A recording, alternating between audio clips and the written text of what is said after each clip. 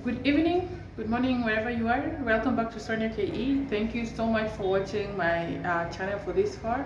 If you haven't subscribed, I'd like to invite you to subscribe. Today, I just want to share, as usual, things that touch to my personal life that I feel that are important for me to share. We all find ourselves in positions of power in one place or another. I always say that in this life, you are always at any one given point above someone and below someone. You're in the middle. It doesn't matter who you are. Even the president has somebody who sort of controls him, or sort of above him, or some level of authority that he responds to, and there are people below him. Your father has somebody that he responds to, but also people that respond to him. So it's natural to be in between somewhere. Always, let me tell you, it doesn't matter who you are, it doesn't matter where you are, it doesn't matter how powerful you are, there's someone you're responding to. And it is important that we recognize that as much as you are in power, there's someone also below you that is looking up to you. The reason why I'm bringing this up is because I want to share in the context of a family and a house. If you're a child and you find yourself in a position of power, or a teenager, or whatever age that you're in, but I'm talking about the African context where you get maybe like somebody lost their parents and they have to live with another family. It's very common, especially in my area, where in the event of death, in the event of demise, if there's a child remaining behind, usually the family absorbs it, the child. It's not common with other tribes, it's not common in so many parts of the world, but where I come from, that's like a normal thing. So number one is that you have this child who's been brought into your home, and I'm talking to the children of the home, the children of the parents who've adopted this child, or the people in position of power. Usually, even they may even be older than you by age, but the fact that they're living in your house means that they're sort of below you. And I'm talking to this group because it's important to understand that it doesn't matter who you are, or what authority you are, or the kind of support you'll get from your parents in the event that you hurt someone.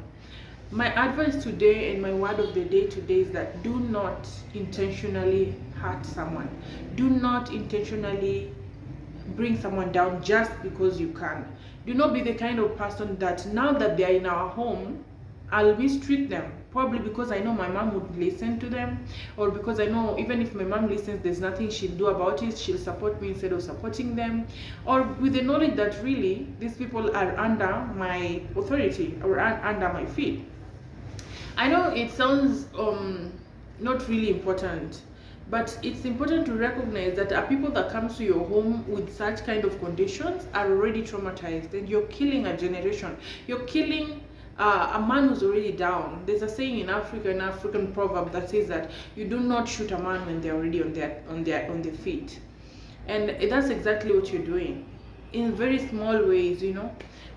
Whether it's just speaking to them badly, mistreating them, or pulling them around, or I don't really mind when you tell someone to do physical work as long as they're not harmful to their body. It's okay to do them, but there's a feeling, there's an emotional thing that goes on in the lives of these children that nobody else understands. And I share this because I have lived that life where my life was a bit different, having lost my parents at an early age, and sometimes people feel like I shouldn't be saying that. It's part of my life, it's part of who I am. It's okay for me to say it. I'm not saying it to gain pity, I'm saying it for people to learn from it.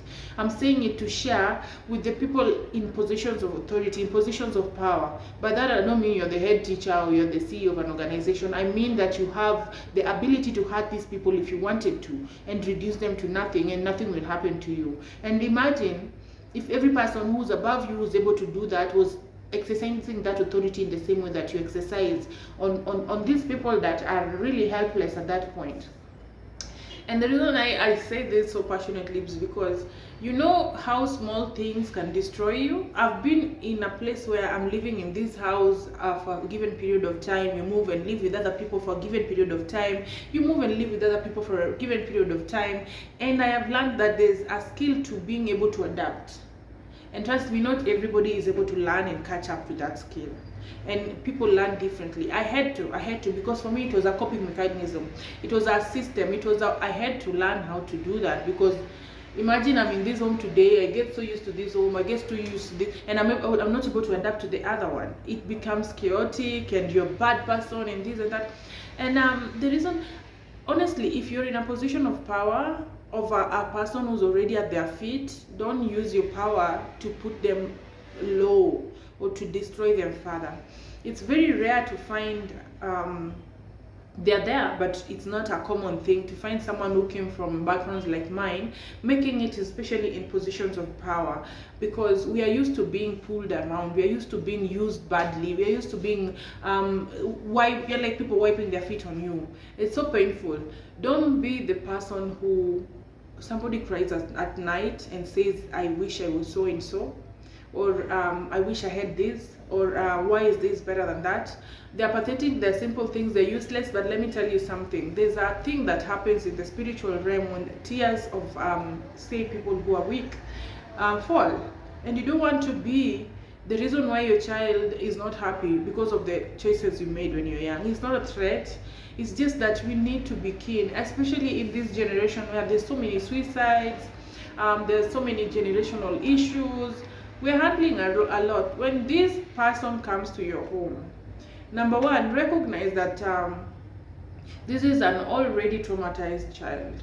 This is an already traumatized child dealing with so much unresolved emotions, dealing with so much bottled emotions, that wishes that I wish I had someone I could talk to. I wish I had someone who could recognize me. I wish I had someone who could motivate me. Yes, you're providing shelter, you're providing food, you're helping this person. I will not refuse that, and I will not negate that, and I cannot belittle that. Is important.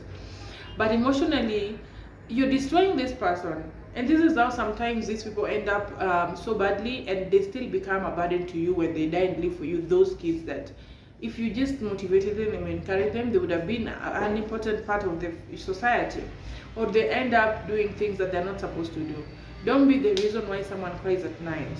Don't be the reason why someone thinks about, for example, their parents that they lost, or the reason why they're not able to do ABC and D. And if possible, if there's nothing you can do about it, the best you can do is leave them alone. Leave them alone. If you can't make me a better person than you found me, leave me alone. Don't make me worse than I am. Don't drain me. Don't be the kind of person who's slapping people and beating people, because you know what will you do about it? I've had sharing, my brother has shared that before, like people just beat you for no good reason. Boys, I know there are games that are extreme and they do those things, but look at the impact you're having on the person. Look at the kind of pain that you're causing, and the effects of whatever your actions are on the life of this person on the long term. You might say, oh, we're just playing. Fine, you're just playing, but are you thinking about what's going on in this person's mind? And to the parents that take in broken kids, I'll say broken because at the point when your parents are not there, trust me, you're broken. And kindly understand that is not lack of being appreciative or not being cognizant that I'm being helped. I am, but something is missing.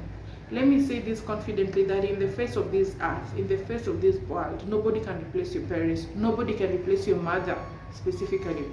So you might try to be nice to me, you might try to be this and that to me, but there's a natural connection that comes with motherhood that nobody can really replace. So always there'll be something missing. There'll be something missing, especially if you have your own personal kids. You might not give me the attention I need. You might not give me the support I need, not because you don't want to. You probably don't know how, or you're overwhelmed, or you have priorities, things like that. So nobody can replace your mother.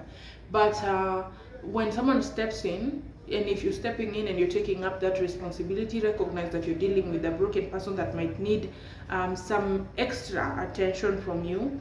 If it's extra attention from your own child, it's not extra attention, it's just you being a mother. That's what it's called. But if it's from somebody else, then it's definitely extra attention, because you're going beyond what's natural for you, what comes easily for you, what comes, with no struggles for you. Kindly recognize that the person you're dealing with is already broken by the fact that they lost a parent. It's a traumatizing experience, and it's interesting how, especially in Africa, children are not expected to express their emotions. They're not expected to feel pain. You know, once your parent has been died and buried, you're supposed to move on like nothing happened. Nobody wants to bring up that topic. Nobody wants to talk about it. Sometimes because they're busy or they have, as I said, priorities. But you've taken this person into your house, they're broken. And if you know your kids well, they're probably going to try to use them badly. They're going to try to step on them and, you know, push them in the corner when people are sleeping. Small things that are really not supposed to be an issue, but they're an issue when they're emotionally draining. They're an issue when somebody is holding on to it and it's the one triggering the pain, you know. I'm speaking on this side. But I can also address the other side where someone, I've done this and that, they're not appreciating. Remember, you're dealing with a broken human being, because I've also experienced this with my friends who have grown up with their parents, and they just don't understand why that girl living in their house is chaotic, or that boy living in the house doesn't understand what they're being told, and they're so bitter. And oh, you know, tunamsaidia, we are helping them, but they're not even seeing that we are helping them. I'm just thinking, do you recognize the lack in this child's life? Do you recognize that there's something lacking? Do you recognize that they need help? They need somebody to talk to. They need a sister. And then people who grow up with the parents, and the parents are so afraid of getting personal with such, because of what people will say in the event that they're bad. I've actually had expressions of like, I don't want to be the one who will be blamed if you turn out to be a bad person. Yeah, I've had those. Or I don't want to be blamed for your undoings, because they know you'll do something bad tomorrow, and people will say that, oh, you know, you're the one who wasn't hard on them, that's why they're misbehaving. We are dealing with such a broken society. We are dealing with such painful and broken people. We ought to be cognizant of such. If you cannot improve their lives, don't make it worse.